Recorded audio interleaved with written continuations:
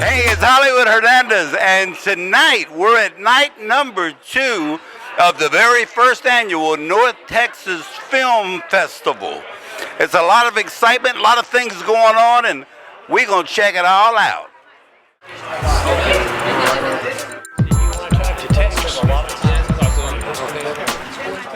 All right, Tex McDermott is here. McDormand, right? McDormand, yes, sir. And you represent veterans, so tell me about that.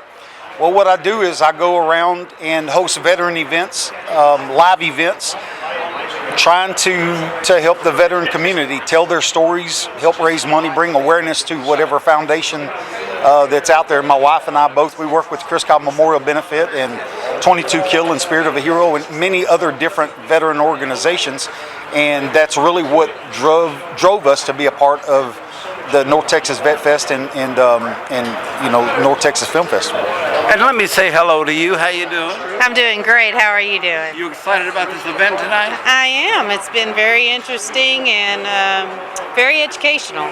Oh, now with a name like Tex, you're from Texas? Yes, sir. Where in Born and Texas? raised.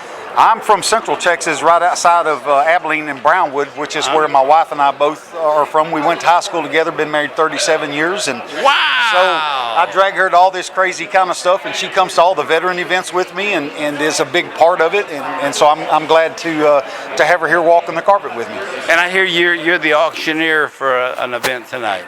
Well, I do some auctioneering, but I do mainly just live event hosting. Sometimes you'll see me doing a monster truck event for 90,000 people or a veteran event for 500.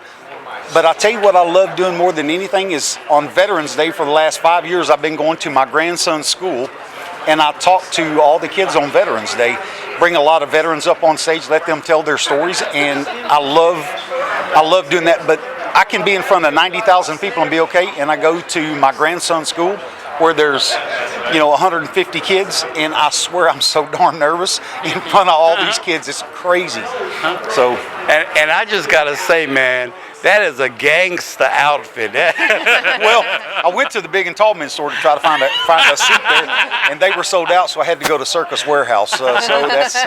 I go to Short and Chunky. That's where I get my clothes. I know that feeling. All right, both of you guys, thank you very much.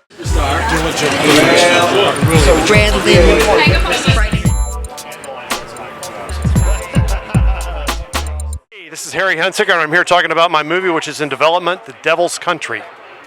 All right, we have the writer and the producer of a movie about the devil. So That's right, the devil. So yes. introduce yourself, gentlemen. Hi, my name is Harry Hunsicker, and I wrote a novel called The Devil's Country.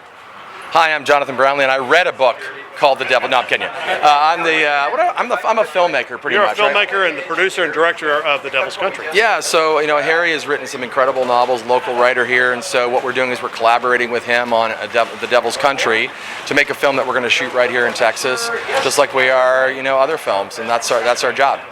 Okay, I'm struck by the irony of the devil being in Texas. I mean, the devil.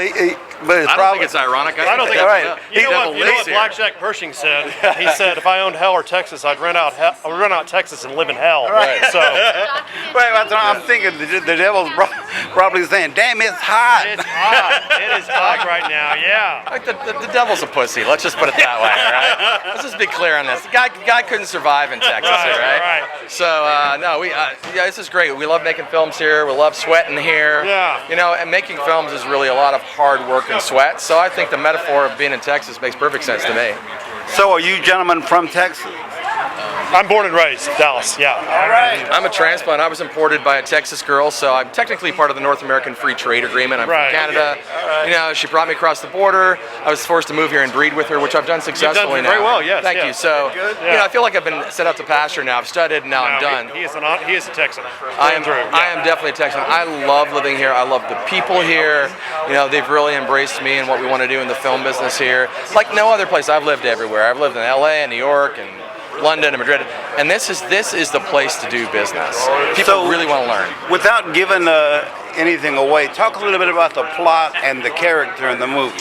So the plot, the character is a former Texas Ranger whose family was murdered, and he ends up in a little town. He's adrift emotionally and every other way, and he ends up in this little town in West Texas, and he sees a woman and her 2 children who remind him of his wife and 2 children who were murdered, and he realizes they're in jeopardy, and he has to save them. And so that kind of drives the plot. The wife gets murdered, the woman gets murdered, and the children go missing, and he realizes to make amends for what happened to his family, he has to find those children, and he encounters the devil, metaphorically speaking. Okay. All right. Cool. Well, I'm not really big on devil films because I'm. It's not a devil film. It's a metaphor. It's a metaphor. Yeah. Look, the devil's in the details, right? Right. We see the devil in a lot of people these days. Right? Yeah. So I think that's in some ways what's interesting about the devil comes in many forms.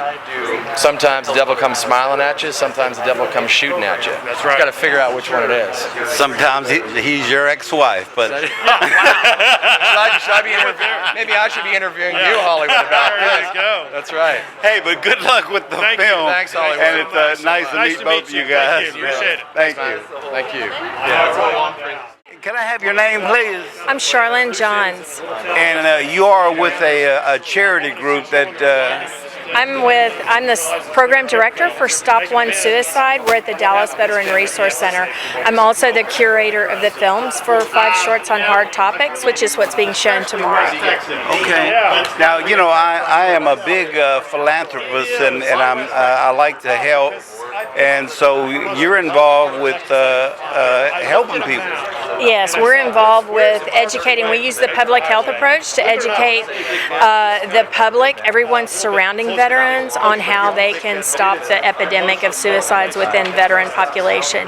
Veterans represent 20% of the suicides that are in the United States every year. So depending on your statistic, it's up to 22 a day or 20.6 according to the VA, but we want to focus the public on stopping one person. And while our platform is veterans, suicide education and awareness goes crosses all spectrums. So if you know how to spot mental illness and mental health crisis, you can actually save a life. Right. Is there a website or a way people can find out more information? Absolutely. Our website is stop1.info, and 1 is spelled out, .info. And you can see how just 1 minute you can learn about suicide. In 5 minutes you can learn warning signs and awareness and educate yourself. And not just that, but empower you to make that connection with another human being that may be struggling in crisis. All right, well, that's great. Good luck with your work. Thank you. And it was very nice to meet you. Thank you so much, Hollywood. Appreciate nice it. to meet you. Hi, I'm Farrah White. I'm the writer-director for Second Skin, and you can find me on Instagram or Facebook. All right, Farrah White, who is here with not a documentary, but a short movie. Yes. You got me all just, Oh, good. It's my. I'm beside myself. But anyway, you look cool in that white dress, and I'm sitting here sweating. You know what? I know I'm not supposed to wear white pants past Labor Day, but I don't care because it is almost 100 degrees, and I'm going to wear what I want to wear. There you go. Okay, so tell me about your short film. So it is a coming of age. I think it's a comedy, but a lot of people find it to be more of a drama. But as you know, a lot of dramas have funny, uplifting parts in them. Right. So it's a little bit of that. But it's a young girl who realizes she has more in common with her grandmother than she knew, even though her grandmother was her best friend. After her grandmother's death, when she was going through her grandmother's things, she found a few things that made her realize that they really did have a lot in common. Did you write this, or? I did. You did? I wrote it, and I actually thought about it years ago, and I wish I had done it years ago. And if there's anyone, aspiring filmmakers out there, storytellers out there, what I would say is to go ahead and do it. Don't wait. Go ahead and do it. I wish I had done it 10 years ago. That's good advice, Yeah. because I know a lot of people like that. I'm going to get to that. Oh yeah, no, do it. Set the date. Put yourself in a position where there's a deadline and do it. So are you an actress, and have you done other movies?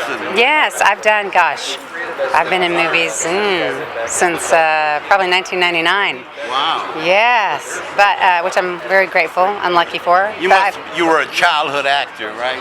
That's so sadly there's the internet, so people could look. No, cool. But I was a little bit, but none of it was out and about then. But now everything is available. But yeah, it's been fun. I still do a lot of probably 50% on camera and 50% producing, directing. So are you from here? You from Dallas? I am. Really? Yes, I lived actually. Oh, I'm excited. Thank you. I lived in California, different parts of California, Studio City and Marina Del Rey for about probably 8 years. But I came back. So yeah, you need to.